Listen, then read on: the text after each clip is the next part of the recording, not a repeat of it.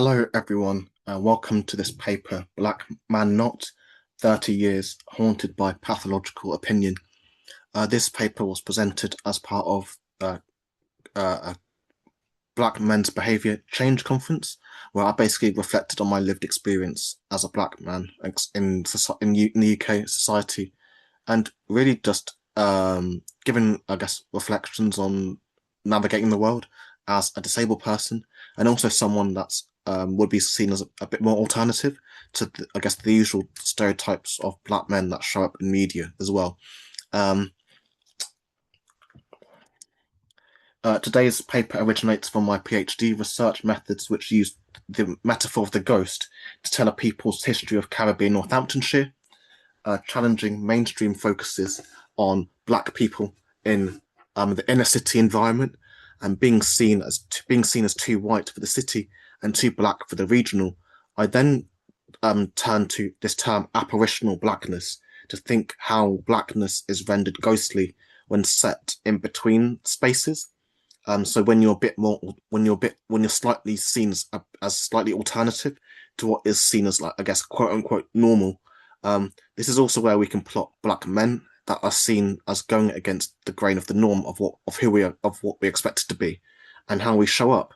Um, Black British men in popular media have historically been shaped by lanes like music, comedy, and sports, meeting at the crossroads of commentaries rooted in struggle, um, urban city life, city street life, and immigration. These are spaces that, in my view, reward toughness and situational intelligence, the capacity to instantly read social cues, anticipate reactions, adjust behavior, and maintain social authenticity. All things I don't really do, being autistic while Black, and also having a middle class childhood as well, including private education. So I often feel like I don't necessarily meet the tropes of or stereotypes of how Black men are seen in British society, whether it's in film and media, literature, and so forth, with that big focus on what it means to be Black and male in the inner city environment and those associations. In many contexts, Black British masculinity is heavily rehearsed, often through things including toughness, emotional restraint, coolness, and physicality. As a child, it took me a lot of effort to participate in the physicality and that toughness, which is what happened when I started playing rugby when I was 8 years old. But those behaviour traits were mediated through sport and not something I generally wanted to do. I was bullied at school, so I was often always fighting. My retaliation to racism normally ended with mum and dad, but especially mum called into the school, the hence headmaster's office, and the private school environment required physicality, and it affirmed perceptions that my white teachers and peers probably already had of Black boys being quote unquote out of control. In his book Wild Things: The Disorder of Desire, gender studies and queer studies academic Jack Halberstam theorizes this term of wildness as something that can mean many things at once. The untamed forces of nature, things that don't fit into boxes, bodies and behaviors that resist control, and a sense of unpredictability or losing control. It can feel exciting, like a space full of possibility where old structures can come undone.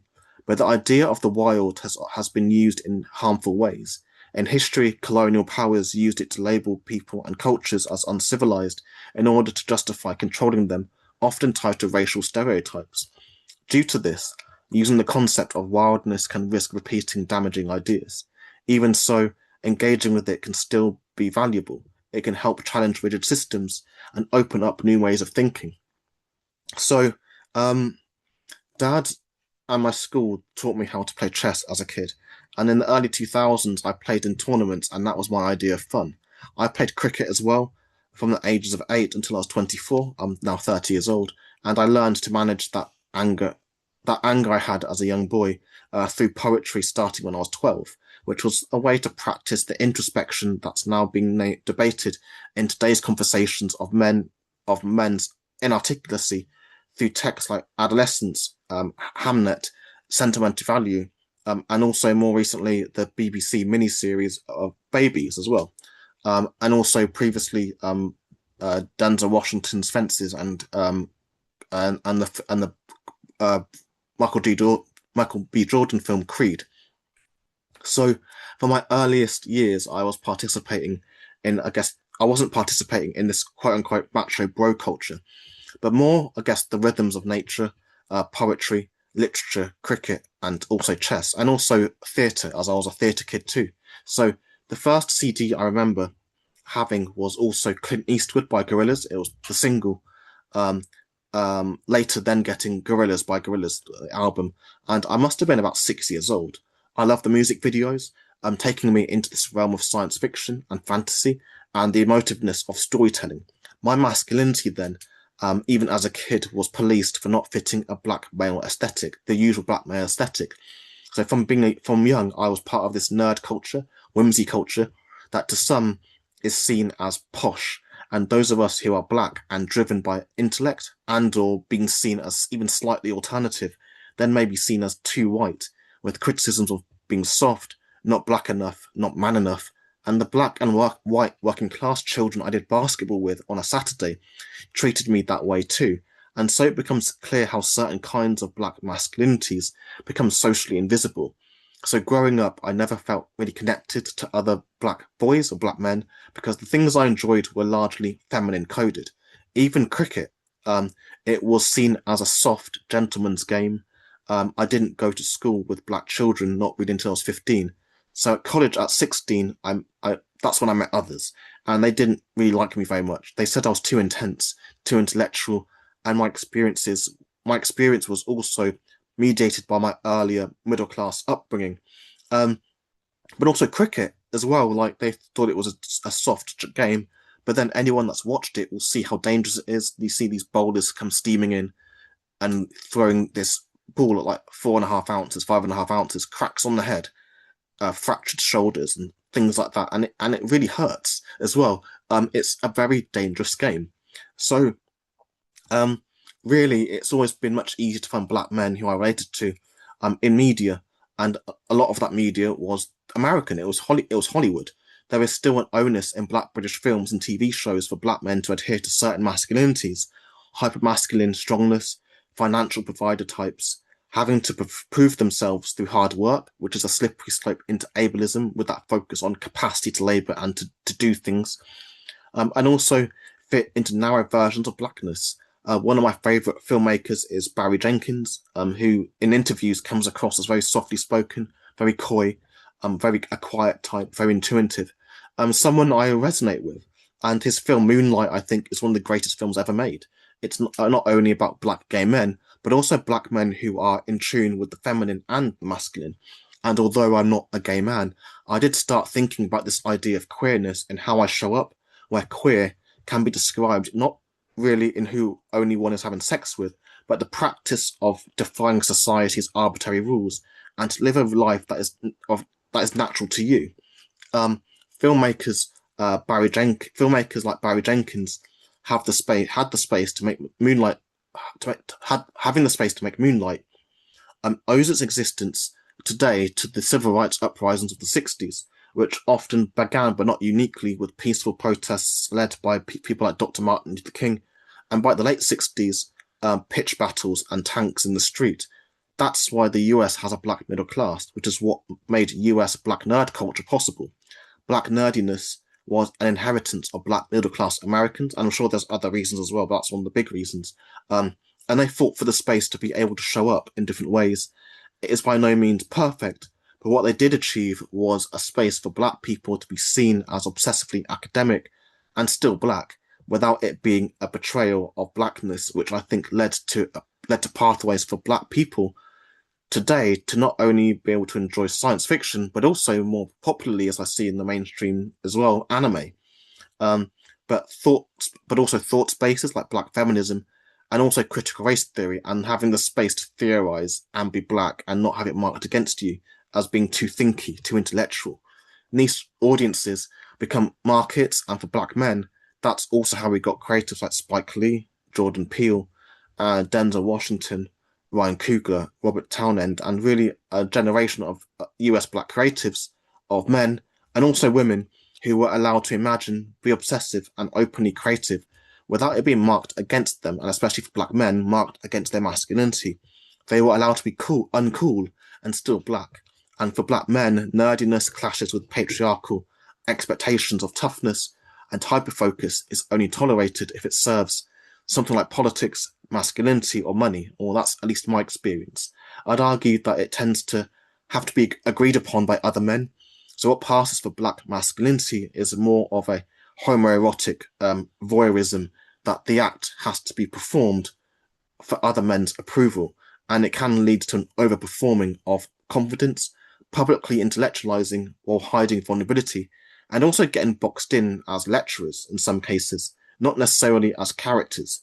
So you don't really have the space to be shy, romantic, or even emotionally confused, for example. Um, Black nerds do exist in Britain. Don't get it twisted, but they are usually codified differently because we don't have that institutional legitimacy that the US has, for example, of historically black universities, so the HBCUs.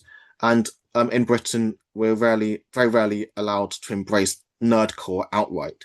Munya Chawawa has to cipher his nerdiness through being funny, but is really a politics nerd when you look at his social media content and his skits. Akala is treated as the exception, not the rule, and he's framed as a really smart guy who sometimes does music. Richard Ayoade has made a career out of his nerdiness, but also feels like if you're a black nerd in the public eye in the UK, you have to justify it through more acceptable means, including comedy, sport, or music. And when you talk to a lot of the Jamaican sound men, for example, as I did for my PhD, lots of them are just very nerdy sound engineers. So black men can be highly smart, but they're not really allowed to be awkwardly obsessed, which is very different to the United States. Every country has some sort of anti-intellectual streak, but for black Britons, it is sharpened by school systems that historically fail black boys and black girls, so black children generally, suspicion of institutions that don't respect us, and a continued fear that nerdiness means assimilation into white systems or white politics of respectability. It's incredibly grating. I found this doing a PhD, which requires high levels of hyperfocus. People like the idea of a PhD, but the personality it takes to do one is often one of social aloofness, introversion that is less accepted in black men, where extroversion is seen as, like, I guess, the default setting. So for black men, we co-switch our interests, downplay academic enjoyment, and perform coolness to survive socially. I played in national chess tournaments as a child, but I know my working class peers could not lead with that due to it not being seen as economically useful. By the time I got to university, I was also working class, but I saw this close up of not leading with nerdy interests during my undergraduate degree. So I did a BA in creative writing as my first degree with very arty colleagues and people. Black men weren't on those courses, but on things like accounting and finance, law, economics, politics, because they didn't go to uni for the fun of learning, but on the promise that their degree could lead to something more, like money or power, for example. The issue of whether black men can play football or perform musically is not under question here, but whether we are allowed to be authentic. So many of the black students I did later poetry with were on courses they were expected to be on, quote unquote, like useful courses, economically useful courses, but not courses they necessarily always wanted to be on. Just witnessing black boys and men in society, from the barbers to the bus, I sense many are stuck in being required to perform authenticity. I grew up loving Pokemon and never really stopped loving it. I still watch Disney movies as well. So the films I had from years ago on DVD. And yeah, I do know Disney now as a corporation. It's terrible, unethical, and horrible. And I've openly critiqued that in other papers as well. So, but amongst my PhD colleagues, I went to a conference once in dungarees, and now I'm known as the dungarees guy. So what I'm saying here is that by being authentic, I guess my masculinity flies in the face of what the usual societal perceptions of black men. In fact, I'm seen as, like, I guess you'd call me like quite uncool, but I think the space to be like this was also mediated by earlier class freedoms. So my class background, while I'm no longer economically middle class, I am culturally middle class. And through the access I had as a youth, And also having several degrees gives me that, I guess, social currency, quote unquote. Yet, um, that choice to be authentic and a nerd lost me lots of friends. I outgrew a lot of the men I grew up with, and then lots of my friends became black and other women of color who were more, I guess, who were more on my level, intellectually. I'm not talking about degrees here, but more so just being curious, the deep questioning, less likely to follow society groupthink. And with that, in my daily life, I don't really see black men unless it's family members, like my dad, for example. Um, since 2020, I had to make a choice about friends, and I had to accept women have been better friends to me. I get judged less over authenticity, like enjoying poetry and theatre, for example. I like being in nature. It's also women offering me work opportunities, putting me on platforms, and really making me feel, I guess, some semblance of belonging. I'm also autistic, so disabled, and I find men are less accommodating over disability. Women in life are more likely to live with chronic health conditions, autoimmune diseases, as well. So I feel many have a general predisposition to get it.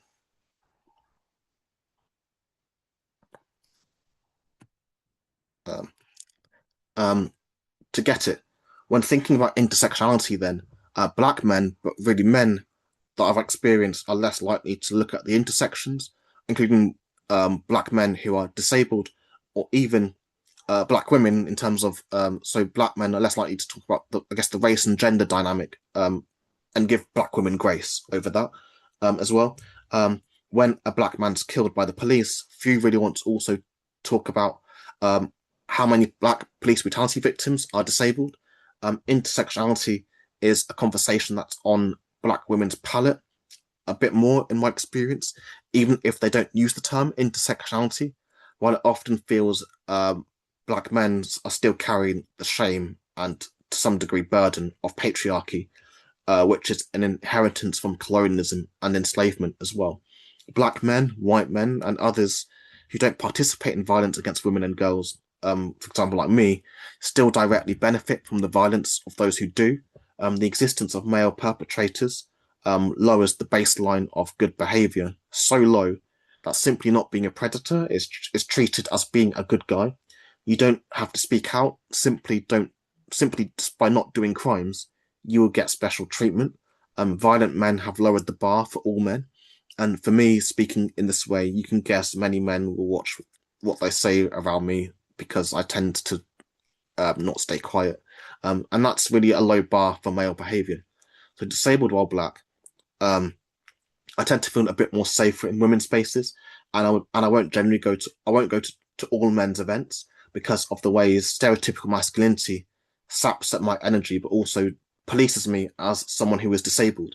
So the black men I do know beyond my family members are normally queer black men, and a lot of cisgender straight men are quite territorial, bound to those social boundaries of patriarchy, seeking traditional markers of masculinity like authority, provider mentalities, emphasizing dominance, control, rigid masculinity structures, which shows up in my experiences in not only black barbershops, but also historically when sports teams when I was in sports, and also at university.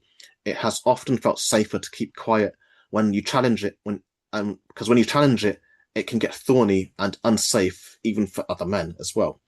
Autism influences how my masculinity is received and performed, which is probably why most of my friends now are women or queer people or even queer women as well. So I'm disabled, queer, black, male, and in black male spaces there can also be an attachment to their manhood that I don't really relate to.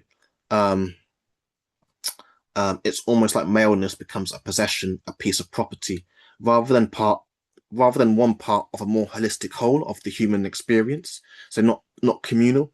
My friends, people who speak out, solidarity spaces, it's black women and other women of color, and queer people. I don't meet many black men in my professional networks. So I do a lot of work in heritage spaces, community spaces, um, and even anti-racism conferences. and especially the ones organised by PhD students, it's predominantly black women and women of colour and queer people and white people. Um, and there's I can normally count the number of men in the conference, and especially the number of black men. It's normally just me, or there might be two or three just scattered around. Um, and when I do see black men, they're often much older than me. So normally at least 10 years older than me. Um, or often they are also immigrants to the country, so they're later migrants from the Caribbean or the African continent. Um, which is very different from the Black British experience of those of us who have grandparents who came here in the 50s and 60s. Um, and in addition to that, Black women's groups are everywhere. There are fewer groups that are organised politically around the Black male experience. Psychologist Joseph Vandello and Jennifer Boston, along with colleagues, coined the term precarious manhood in 2008 to describe the ways manhood is earned rather than inherent.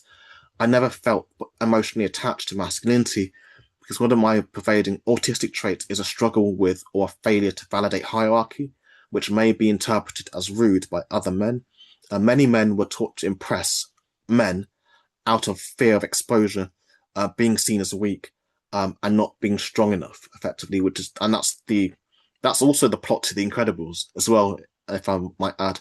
So patriarchy then is this boomerang of violence hitting women, then circling back to hit men, emotional suppression, shame around dependency, and little identity beyond capacity to labour, which is a slippery slope into ableism. So unlearning it means no longer managing that polished image of what masculinity is expected to be. And I started doing that when I was around 14, where things like the poetry helped me find my authenticity. And I've not really stopped doing poetry since. I've been doing spoken word events since that time. At open mics, poetry nights, and so forth. So healing happens with the space to be authentic. And that's the end of my paper. And thanks very much for listening. And again, if anyone's got any comments or questions, you can leave them in the comment section. Or you can email them to me at treventor.com/contact.